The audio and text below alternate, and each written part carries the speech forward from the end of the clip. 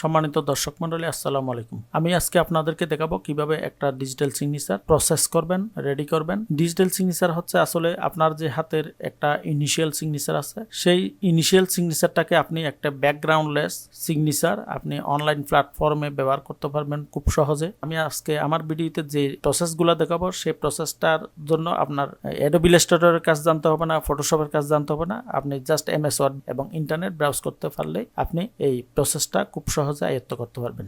যে কোনো কিছুর আসলে একটা সৌন্দর্য আছে, আপনার যে ডিজিটাল সিগনেচার ব্যবহার করবেন সেটারও একটা সৌন্দর্য আছে। দেখেন আমার এখানে দুইটা সিগনেচার দেখা যাচ্ছে, ডিজিটাল সিগনেচার। এটাও ডিজিটাল সিগনেচার, এটাও ডিজিটাল সিগনেচার। আপনারা আপাত দৃষ্টিতে দেখেই বুঝতে পারতেছেন এটা যদিও সিগনেচারটা দেখা যাচ্ছে, কিন্তু এটার যে একটা ব্যাকগ্রাউন্ডে যে একটা ব্লক, চতুর্ভুজ আকৃতির একটা হোয়াইট কালারের একটা ব্লক দেখা যাচ্ছে, যেটা আপনার ডকুমেন্টের উপর একটা ব্যতিক্রমী একটা ব্যাকআপ দেখা যাচ্ছে। সেই জিনিসটাকে আপনি স্মুথলি করে ঠিক এভাবে কিভাবে আপনি আপনার সিগনেচারটাকে ব্যবহার করবেন, সেই প্রসেসটা আজকে এই ভিডিওতে আমি আপনাদেরকে দেখানোর চেষ্টা করবো ইনশাল্লাহ। আশা করি আপনারা পুরো ভিডিওটা দেখবেন। এই ডিজিটাল সিগনেচারটাকে ব্যাকগ্রাউন্ড লেস করার জন্য আমি দুইটা প্রসেস দেখাই দেবো। দুইটা প্রসেসের মধ্যে আপনারা যে প্রসেসটাকে সহজ মনে করবেন সেটাই আপনারা অনুসরণ করবেন।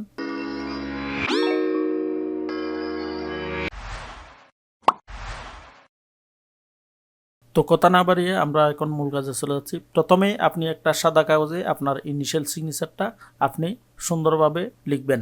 তারপর আপনার মোবাইল ক্যামেরা দিয়ে আপনি একটা ছবি ক্যাপচার করবেন। সেই ছবিটা আপনি ডাটা কেবলের মাধ্যমে আপনার কম্পিউটারে আপনি ট্রান্সফার করবেন। তারপরের প্রসেসটা আমি এখন দেখাচ্ছি। এবার আপনি আপনার ডকুমেন্টটাকে ওপেন করবেন। ডকুমেন্টটা ওপেন করে আপনি ইনসার্টে চলে যাবেন। ইনসার্টে গিয়ে পিকচার, আমার যে ক্যামেরা দিয়ে যে ইমেজটা আমি ক্যাপচার করছিলাম সেটা আছে ডাউনলোডে।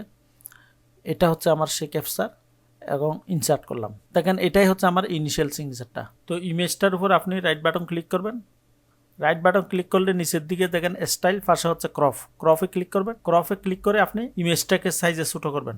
মনে করেন এখানে যতটুকু আমার সিগনেচারটা আছে ততটুকু আমি রাখলাম। নিচের দিকে অতটুকু কমাইলাম, উপরের দিকে অতটুকু কমাইলাম। পাশে একটা লেআউট অপশন দেখতেন, সেখানে ক্লিক করবেন। ক্লিক করে এখানে রেফিংয়ের কিছু অপশন আছে, আপনি ইন ফ্রন্ট অফ টেক্সট এটাতে ক্লিক করবেন। তাহলে আপনি এটা যেখানে সেখানে আপনি নাড়াচাড়া করতে পারবেন। এই দেখেন এখন নড়াচড়া করা যাচ্ছে। এবার জাস্ট এখানে ডায়াগোনাল, এখানে একদম কোণার মধ্যে ধরে আপনি ড্রাগ করবেন, ছোটো করবেন। যদি এখানে ধরেন তাহলে এটা কিন্তু হাইট এবং ওয়াইট বেশ কম হয়ে যাবে। এই দেখেন এটা হাইট ওয়াইট বেশ কম হয়ে যাচ্ছে। আমি আন্ডু দিলাম, আবার এই কোণা ধরে আপনি এটা ছোটো করবেন আপনার পরিমাণ মতো। দেখেন এখন এখানে আমি দিলাম, আরও ছোটো করি।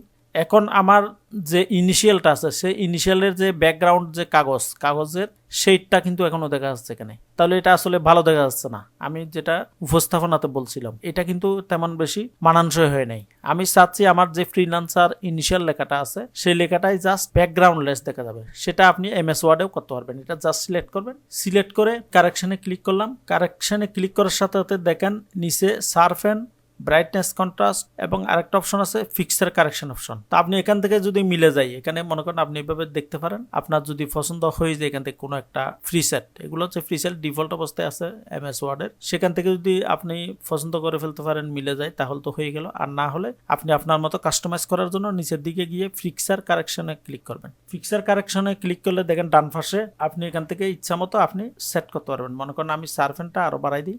এখানে আপ এরও ক্লিক করলে মনে করেন আমি এটা সার্ভেন্টটা, অথবা আপনি লিখেও দিতে পারবেন এখানে 100%। আমি মনে করেন 100% দিলাম, ক্লিক করলাম। তারপর ব্রাইটনেস কন্ট্রাস্টে গিয়ে আমি এইভাবে দেখতে পারি ব্রাইটনেস এবং কন্ট্রাস্ট। দেখেন এখন একটা পর্যায়ে আসছে, আপনি কন্ট্রাস্টটাও বাড়াইতে পারেন।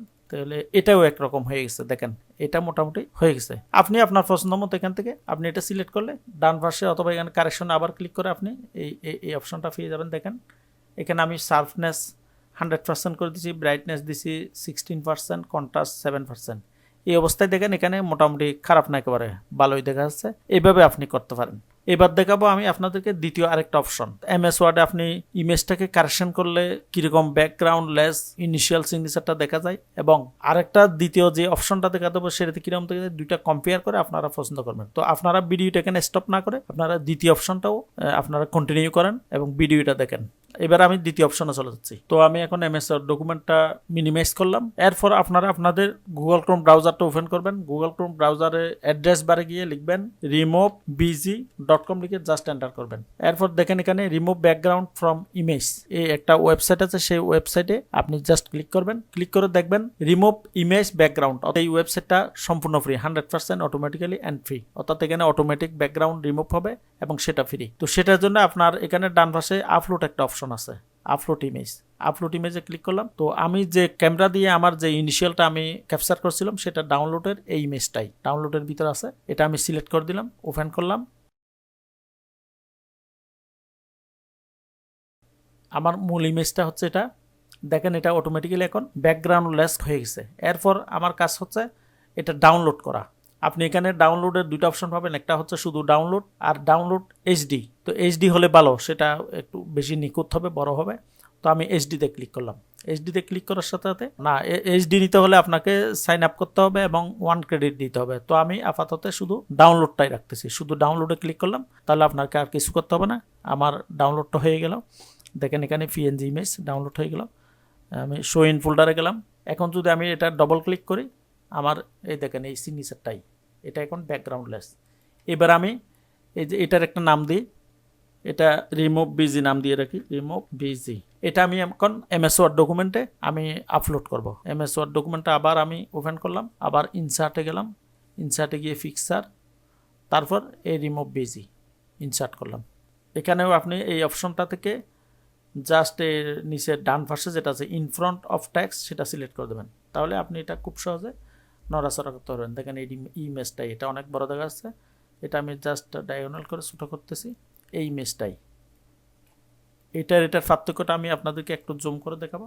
দেখেন এটা যতটুকু নিখুঁত হয়েছে, আমি যদি এমএস ওয়ার্ড ডকুমেন্টটাকে অনেক বড় করি, জুম করে দেখেন, এটা আমার যে ইনিশিয়ালটা আমি হাতে লিখছিলাম বা সিগনেচার করছিলাম সেটা ছিল আসলে ব্লু কালারের একটা কালি দিয়ে। আমি এমএস ওয়ার্ডে যখন এটাকে কারেকশন করছি তখন এটা কিন্তু ব্ল্যাক হয়ে গেছে, এটা অরিজিনাল কালারটা আর নাই, যদিও এটা ব্যাকগ্রাউন্ডলেস হয়েছে। কিন্তু এটা কিন্তু আমি রিমুভ ব্যাকগ্রাউন্ডের মাধ্যমে করছি ফ্রিলি, সেটার মধ্যে কিন্তু অরিজিনাল কালারটা বিদ্যমান আছে। তাহলে আমার মনে হয় এটাই নিখুঁত হয়েছে। এবং আপনি যদি এটা জুম করেন, আরো যেটা এমএস ওয়ার্ডে করছি সেটা কিছুটা ফেটে যাচ্ছে কাছাকাছি জুম করলে, কিন্তু যেটা আমি অনলাইন থেকে ফ্রিলি রিমুভ করলাম, ব্যাকগ্রাউন্ড রিমুভ করলাম, এটা অনেকটা নিখুঁত এবং কালার কারেকশন ঠিক আছে। যদি সম্ভব হয় ইন্টারনেট ব্রাউজ করতে পারেন আপনারা গুগল ক্রোমে গিয়ে, তাহলে www.removebg.com এ আপনারা ইমেজটা আপলোড করে খুব সহজে আপনারা আপনাদের ইনিশিয়ালের ব্যাকগ্রাউন্ডটা রিমুভ করতে পারবেন এবং নিখুঁত হবে, সেটা শার্প হবে অনেকটা। এটাও খারাপ হয় না একেবারে, কিন্তু এটার মধ্যে শুধু পার্থক্যটা হচ্ছে এটা কিছুটা জুম করলে ফেটে যাবে আর কালারটা নষ্ট হয়ে গেছে, এটার